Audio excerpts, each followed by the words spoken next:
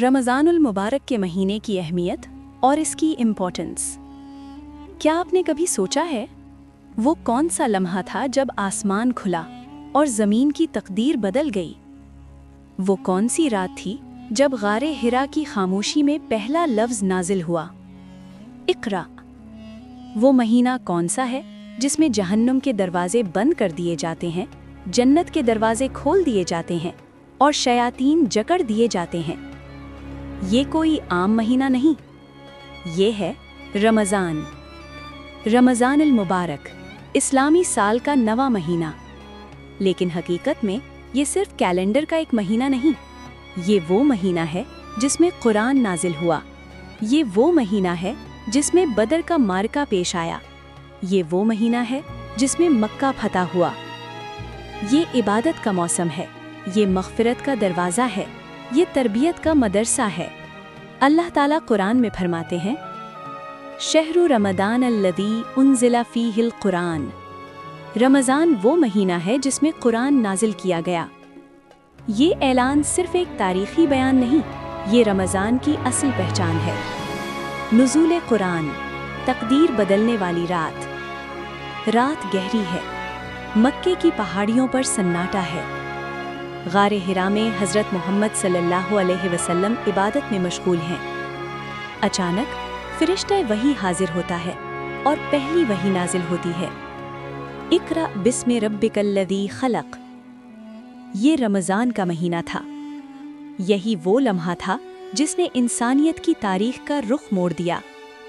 قرآن صرف ایک کتاب نہیں، یہ ہدایت ہے، یہ قانون ہے، یہ روشنی ہے۔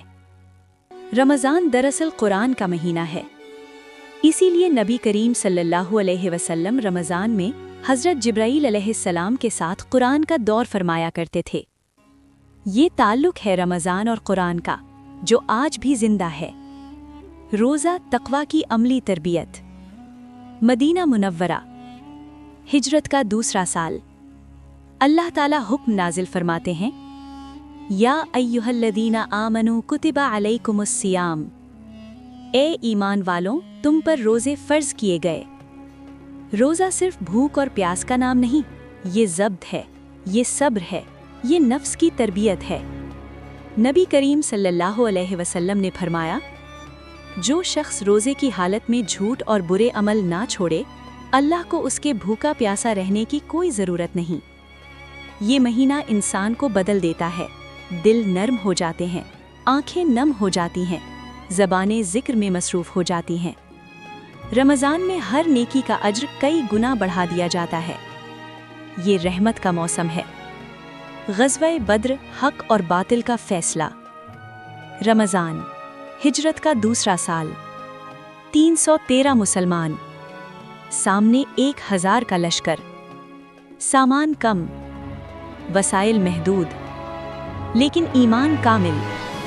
میدان بدر میں نبی کریم صلی اللہ علیہ وسلم دعا میں ہاتھ اٹھائے کھڑے ہیں، اے اللہ، اگر یہ جماعت ہلاک ہو گئی تو زمین پر تیرا نام لینے والا کوئی نہ رہے گا۔